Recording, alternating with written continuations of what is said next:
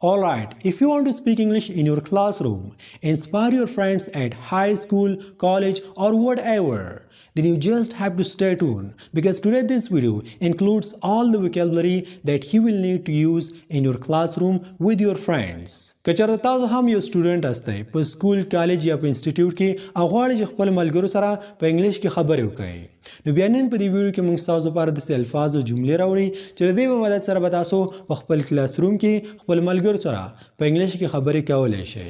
I want all of you now to fasten your seat belts and let's go. Why did you come so late today? ته نن دومره ناوخته ولې راغلی؟ Why did you come so late today? د دې مطلب دا دی چې ته نن دومره ناوخته ولې راغلی؟ په جواب کې تاسو ویلی شئ I woke up late this morning. نن سهار زه ناوخته راپاڅېدم نو ځکه سکول ته یا کالج ته ناوخته راغلم. I woke up late this morning. د this morning مطلب دی نن سهار. Why were you absent yesterday? ته پرون ولې غیر حاضر وې؟ Why were you absent yesterday? یعنی ته پرون ولې نه وې راغلی؟ I had a piece of urgent work. زما لږ ضروري کار و ځکه نه وم راغلی یا زما یو ټوټه ضروري کار و. د urgent work مطلب دی ضروري کار. I had a piece of urgent work. I was ill. زه ناروغ وم یا زه بیمار وم ځکه نه وم راغلی. I was ill. I had gone to dash. زه پلانکي ځای ته تللی وم. I had gone to dash. په دغه ډیش کې په دې خالي ځای کې تاسو د هغه ځای نوم ویلی شئ کوم ځای ته چې تاسو تللي وئ. Who else was absent yesterday? بل څوک پرون غیر حاضر و یعنی صحیح دی زه خو نه وم راغلی خو بل څوک نه و راغلی. Who else was absent yesterday? Amar, Fahad and Ali was also absent yesterday. Amar, Fahad او Ali هم پرون نو راغلی پرون غیر حاضر و. Amar, Fahad and Ali was also absent yesterday. Were you present the day before yesterday? آیا ته پرون نابل پرون راغلی وی؟ Were you present the day before yesterday? یعنی ته پرون نابل پرون سکول ته راغلی وی. The day before yesterday مطلب دی پرون نه ابل پرون. It was holiday the day before yesterday. پرون نابل پرون خو چوټي وا. It was holiday. د دې مطلب دا چې چوټي وا.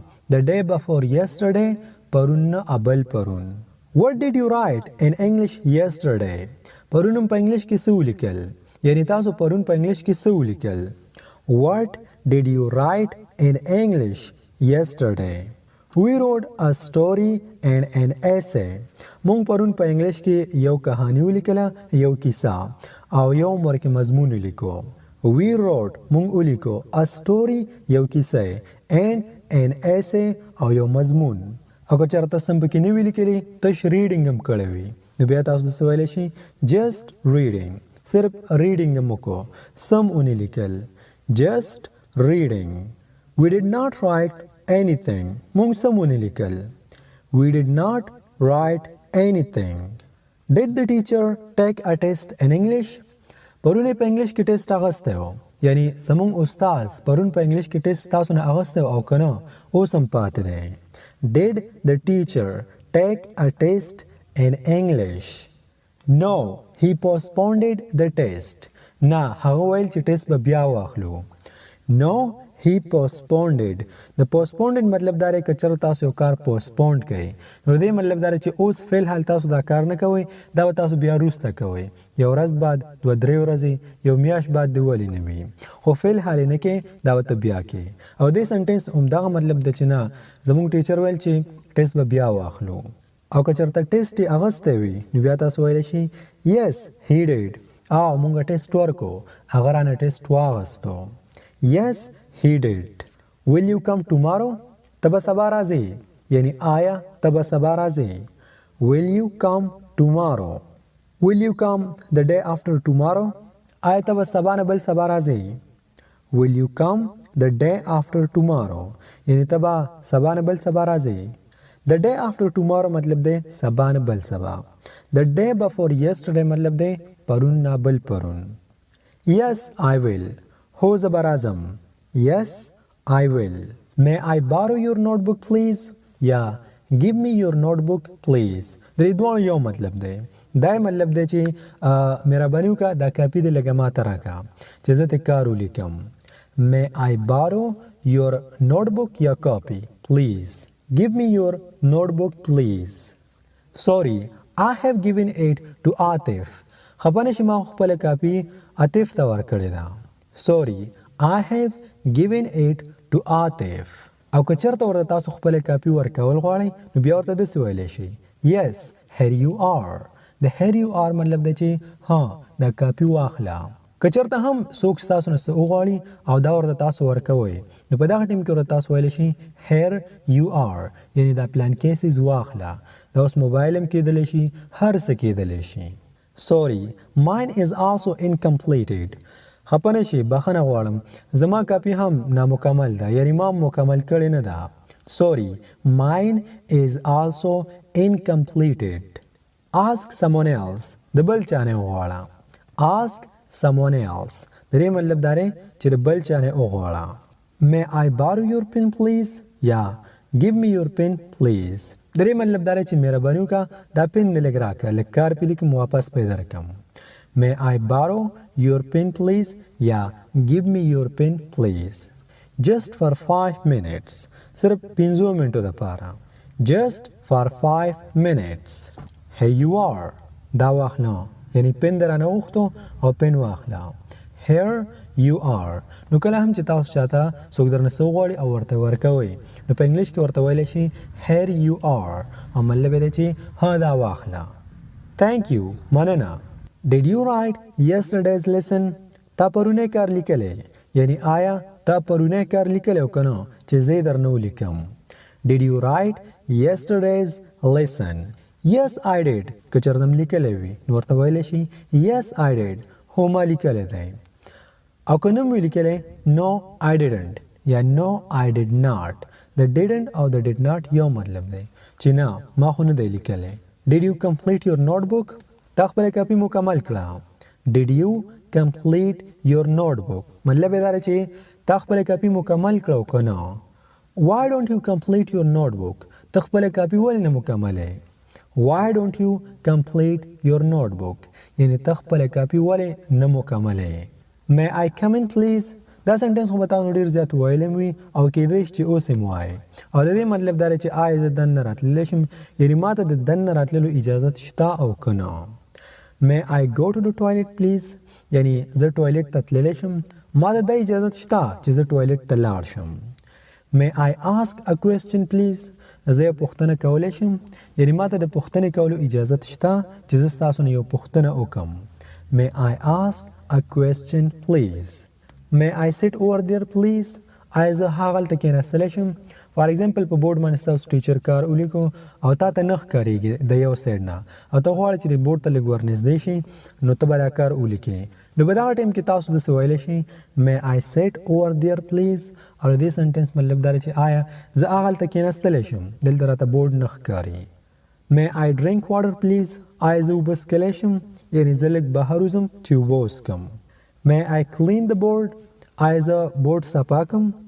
May I clean the board? Don't erase it. مه یې صفا کوه یعنې په بورډ باندې چې دا لیکلي دا مه صفا کوه.